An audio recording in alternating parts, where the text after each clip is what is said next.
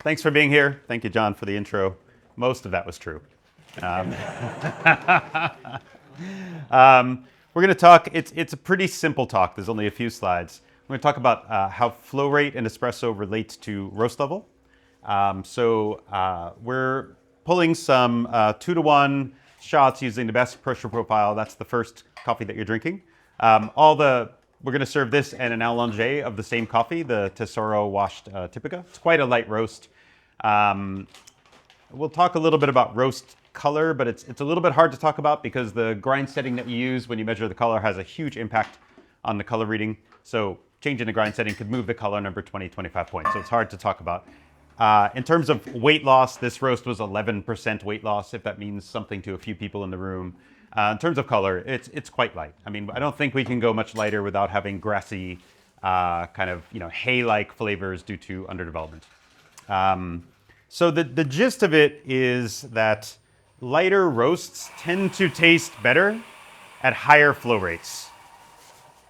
Now, we're not necessarily sure why this is, but theoretically, lighter roasts, if you can bring out a lot of the fruit acids, they tend to taste quite pretty. Dark roasts have a lot more bittersweet compound, and if you pull them too fast or too long, the bittersweet compounds tend to be a bit larger, and they tend to take longer to dissolve and come out and in large numbers. And very long shots or very fast shots with a lot of flow going through the puck will bring out maybe a little bit too much of these bittersweets. So something like Allongé or the turbo shot, which is basically like a shorter version of the Allongé at a very high flow rate, tends to exaggerate the fruit acids, and it makes coffee really acidic, pops a lot. Like it's, borderline sour, kind of winey. And very slow shots tend to be a little bit earthier, mellower, less acidic. Simply put, really short shots in terms of ratio tend to tone down bitterness. So if you have a dark roast, which is arguably going to be more bitter than a light roast, you might want to use a lower water temperature. You might want to pull a shorter shot. And light roasts, especially if they're not effective and the bean quality is high, you can get pretty high extractions. You could run a lot more water through the puck before you get undesirable flavors. There's a little bit of a myth in coffee that darker roasts are easier to extract. It is true that a well-developed roast is easier to extract than an underdeveloped roast. But once you're in the range of what I would call developed, in other words, not grassy, not hay-like, actually the potential extraction tends to peak at a relatively light/medium roast. And when you roast a fair bit darker than that, the grounds and the beans do get more porous. It is a little easier to extract some compounds out of them, but you actually have burned off a little bit of those potential soluble compounds in the roasting, so there's less of them available by weight. So there's a higher percentage of relatively unextractable cellulose and a lower proportion of the soluble compounds when you roast dark. So like if you had a Starbucks roast and one of my roasts, the Starbucks roast would actually extract a little bit lower if it was a comparable bean, simply because a lot of the stuff gets burned off. I think that the Italians have more or less figured this out instinctively. This is a bit of a generalization, but if you travel throughout Italy, you'll find in the south, coffee tends to be roasted darker and shots tend to be a little shorter, so a little more ristretto. And in the north, it tends to be lighter, not light by any standard, but lighter, and a little bit longer pulls. And so they've already kind of worked out this adjustment of lighter roasts, higher flow rates, a little bit longer pours.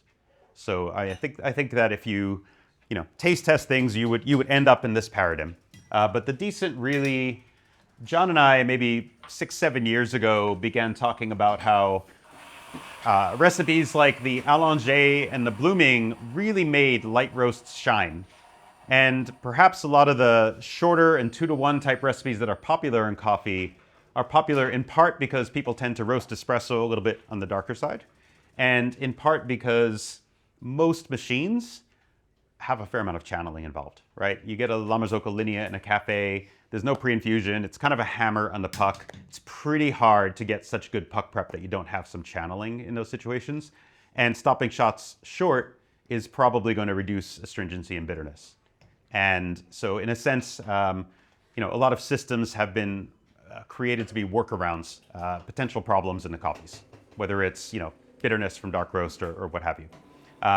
And the Decent, you have Allongé and you have Blooming. Now, these two profiles are interesting because they can definitely, I'm going to come back to this in a moment. So this is Allongé. So in this Allongé, we're at a 4.5 mil per second flow rate, relatively constant flow rate. That's pretty fast for espresso. And I find this really highlights acidity and fruity flavors in coffee in a way that even filter coffee can't do. Allongé can achieve pretty impressive extractions, often around 26, 27%, in part because you have so much more solvent. You're running so much liquid through the grounds, right? Blooming gets a very high extraction. Sometimes I've gotten up as high as 29 or 30% extraction yields and actually tasting good. And Blooming, although there's a very short period of time when there's flow through the puck, you have this massive, maybe 30-second pre-infusion time, so you get a lot of time to dissolve stuff. And then interestingly, when you are dialed in well with Blooming, when you get up to like the right grind, so your pressure peaks around 9 bar or something like that, you have a pretty high flow rate, usually about 4 mils per second. So it's a little bit Allongé-ish in terms of flow rate, but taste-wise and density-wise, it's a little bit more like a 2-to-1 shot. Blooming tends to extract quite high, come out rather viscous. But the actual flow that goes through the puck during the percolation phase is quite fast. These are very much approximations. These are not hardcore numbers that anybody has to follow. But this is just sort of a rough approximation. Like, we could talk about roasting weight loss as a proxy for how light or dark it is. Oh, I don't know who put that in there. Yeah. So, I mean, this is quite a light roast. Like, I'd say, say Prodigal, April, La Cabra is probably a little bit under this. Light medium, this is like pretty typical third wave roasts.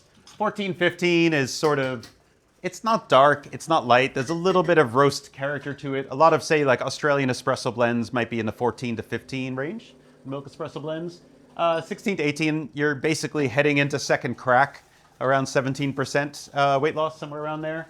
20% is basically like Starbucks. Now you're pretty damn dark by any standard. And I would say that the optimal ratio is something like that, with the caveat that very high ratio shots like Allongé 4-to-1, 5-to-1, they are risky. They can make coffee taste amazingly good, really fruity, but running all that water through the puck, if you have weaknesses in the puck, you're going to get channeling. So it's pretty hard to pull an Allongé without some channeling. So a lot of people have gone from Allongé to using turbo shots, which are just basically like a high flow like Allongé, but just stopped very short. And if you have, let's say, a La Marzocco, or if your puck prep is maybe not great, you might choose the shorter version just to avoid the astringency that comes from channels. So do we have enough to start serving? Yeah. Okay. So can we serve the Allongé now? Sure. So we're going to serve the same coffee as Allongé, just to kind of highlight the way that, okay, so the short shot, even though it's a very light roast, it brought out a little bit of chocolatiness with some citrusy flavor, perhaps. The Allongé, I'm sure, is going to come out much fruitier, much more acidic, much more like a slap in the face with the acidity. Might be too much for you, but it's just to kind of get a sense of how the different flow rates affect the flavor of the same coffee. Okay, so the filter sandwich or paper filter on the top or the bottom or both can help mitigate channeling. So the filter at the bottom seems to help a smidge. It does allow you to grind a little finer when you put a filter in the bottom.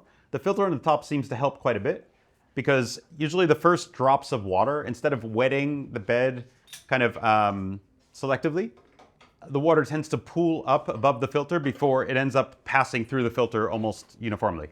So it definitely can help. I would say with the new freckles/dimples spray heads, that you have a better chance of getting a very even wetting of the coffee bed than you used to with standard spray heads, shower screens.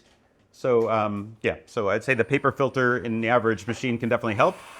And the new shower screens should do the same job as the paper filter does. Yeah. So you're asking if changing the particle size distribution to different grind sizes extract different things? Yeah. But under the same pressure.